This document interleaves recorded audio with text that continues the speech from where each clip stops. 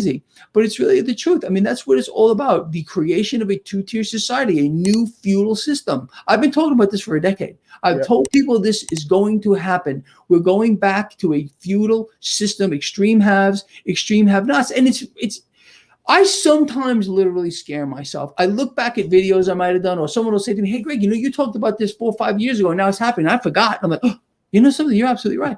So, it's true. But I think understanding what their main goal is, like you had alluded to earlier, it's control. They want complete control over everything. They want complete control over your body.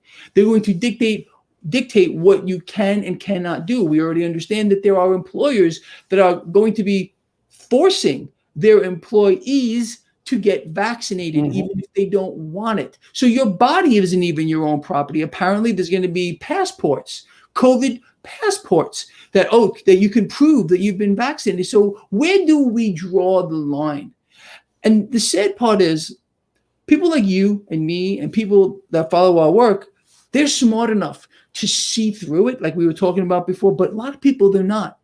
And they're so afraid they don't know what to do. So what they tend to follow is that authority figure that is looking down at them and telling them, you need to do this, so that's where they're getting it from. So again, this is a mechanism that's been in the works for a very long period of time, dumbing down of people, not allowing them to think, keeping them afraid. It's a psyop on an epic scale.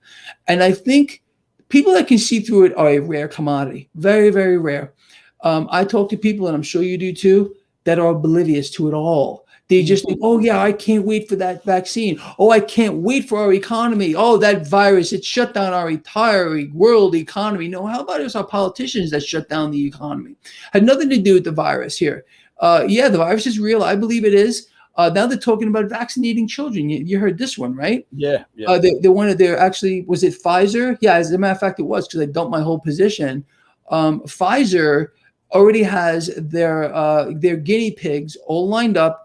Children 11, I think it's 11 to 15 years old, are ready. Their parents have already put them into the program, and they're all ready to get pumped up with this new world order vaccine, this warp speed vaccine. You got to be out of your mind. A disease process that for children has a better than 99.9 or 99.8% survival rate. Meanwhile, they're telling us, one of the vaccine companies, that they sold us on the premise that it was an 85%. You'll be immune. 85% of the people that get it would become immune, but it's only 66%. So again, it's more lies. It's more lies here. And they're programming everyone. People are so desperate. I mean, their parents, I don't know if they're getting paid to have their children used as guinea pigs here. But when I heard that, I was a shareholder in Pfizer. I dumped my whole position. I just dumped it. I was like, and I actually sold it at a loss. I didn't even care. I just wanted out. I wanted out. I don't want to participate in that. I think even as a trader, someone like myself, who's trying to, make the market work for them, you got to draw the line somewhere. You got to draw the line. I mean, you can't just be sitting here owning shares in a company that you have completely lost faith in. So that's why I sold my position. A lot of people told me I was wrong. Oh, Greg, no. It's right for me.